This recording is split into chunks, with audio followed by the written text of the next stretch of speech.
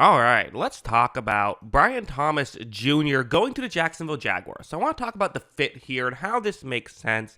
Thomas Jr. was, I feel like, pretty on most consensus boards the number 4 wide receiver. There was obviously the top 3 that went with top 10 picks, and then out of the other guys, it seemed like pretty much everyone liked Thomas Jr. and was almost in a tier of himself above the next guys, right? So getting a good player at a really important position is already going to be a pretty big win at number 23, but the real reason why I like this move so much for Jacksonville is I think that it's not just getting him as a player, but I think it's what he can bring to this offense. So, for example, what you see on the screen, they brought in Calvin Ridley to attempt to do this, which is be a guy who can win down the field. We saw with Doug Peterson when he won a Super Bowl with Philadelphia, he would have the occasional receiver who could do this, right? He's usually pretty good at scheming stuff up over the middle, but down the field, you kind of just need a great receiver to do this. So Lawrence is going to take the snap right here. He runs a play action, looks over in Ridley's direction a little bit, but it's not appearing to be in like a great situation or anything, right? I mean, could you make this throw? You could. You could throw it up there and take a chance. But for Jacksonville, a lot of times when Ridley was one-on-one down the field, sometimes he would get the ball, sometimes he would catch the ball, and it would work out very well. But I don't think he was able to do it with the consistency they were hoping for when they went out and traded for him. You're going to see Lawrence instead takes a sack, and that was a blitz. Pressure came quickly. Maybe he would have been sacked even if he wanted to go there. But honestly, I do think he could have, if he wanted to, right away thrown up a jump ball. He didn't decide that was the correct strategy for him. And I do wonder exactly for Jacksonville if they can get someone like Brian Thomas Jr. to win on the outside consistently.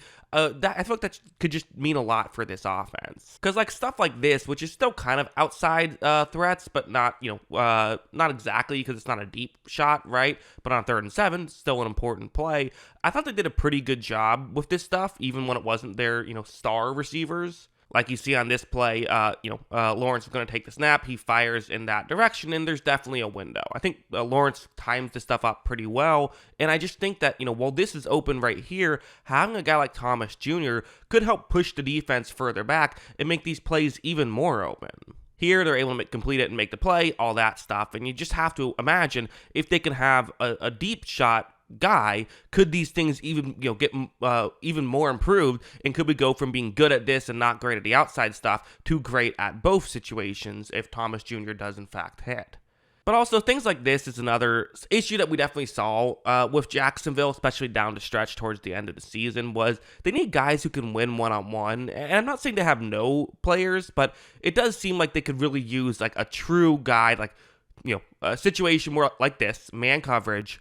It's an obvious passing situation, not because of the down and distance, it's 1st and 10, but because of the time left on the clock. It's 2 minutes and 23 seconds left in the half. So because of that, kind of an obvious passing situation. And look at that route right there. That's kind of the one that they're going to look towards right here.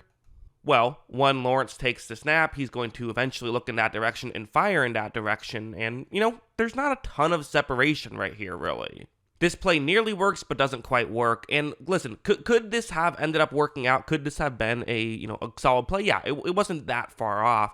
But again, just getting another receiver in the room, quite frankly, I thought there were too many times last year where they weren't able to hit on these types of plays, where when teams were manning up against them, they weren't able to succeed. And so, I think, the deep shot stuff is what they're looking for with Thomas Jr. Having a guy who can just win one-on-ones is also what would be a huge benefit. But now let's go to Brian Thomas Jr. Let's talk about him and what can he bring to the table. So this one is going to be a deep shot on a one-on-one matchup, right? Like, I think the question we have to ask ourselves is, okay, cool. That's what they're hoping he can do, but can he do it? Well, let's see what happens. So when this play begins, you see Thomas Jr. is going to really kind of blow by this defensive back trying to cover him. This is what he did a lot in college. And, he has that explosive speed that I do think some people are a bit concerned about, like, I guess, how often can these moves work at the NFL level, right? When you can blow by guys in college, when you're going up against better corners, maybe you're not going to get as much separation, that kind of thing. But still, I mean, if you can blow by guys at the college level, there's at least a better chance you'll be able to blow by guys at the NFL level. watch as this throw is really well done. Thomas Jr. is able to, it looks like he got tackled right at the 1 yard line, unfortunately, but still a really good job to get that big completion. And no one's complaining if you're an LSU fan after that play. Really good job by him to be able to, again, make these types of plays work. And this is what I think Jacksonville wants. They've been looking for that outside threat for a minute now. With the addition of, Ridley, it got better, but still wasn't spectacular. So now with Thomas Jr., maybe it could be.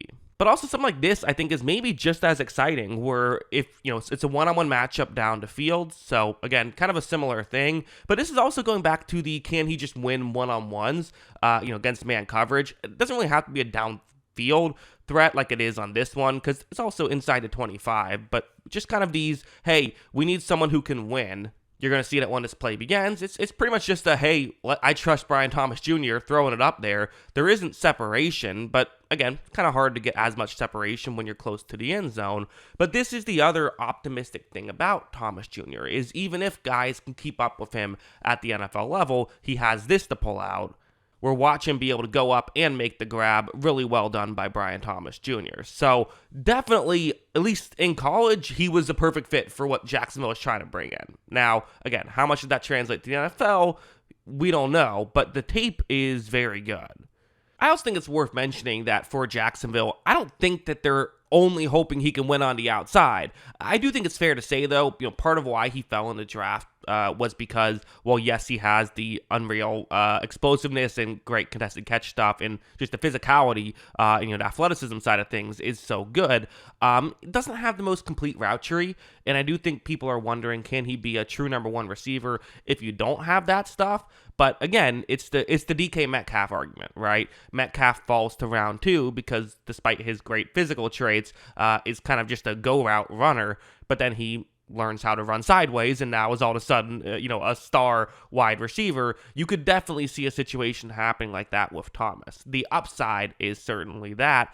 But what I like about this move is it doesn't feel like they're drafting him needing him to reach his upside. They're hoping he does. For sure they're hoping he does, of course, but he doesn't have to be. And if he can't reach his upside and ends up just being a good player for them instead of a great player for them, I think that's still something that they would take, and that can really help out their offense as a whole. So either way, I think they're happy with this selection. I think it's a smart selection. I think it could really help out Trevor Lawrence, who, towards the end of the year, part of it was injuries, but I also thought part of it was like the receiving core dropped a lot of touchdowns, right? And I think it could have helped him out in many ways last year. And I think that people are kind of putting the blame on him because they don't really know how to, people just look at the box score stats and then say, that's how good you are as a player. Well, Mahomes had poor box score stats last year. I think he played pretty well last year. So not poor, but just not like elite box score stats. Box score stats, not a great tool to use. For Lawrence, also he was banged up for the second half of the year, but also needing a number one receiver could really come in handy. So especially with Ridley gone, they desperately needed one. So we'll see what can happen with Thomas. But yeah, those are my thoughts. What are yours? Let me know in the comments below. Always love hearing from you. And of course, as always, thanks for watching.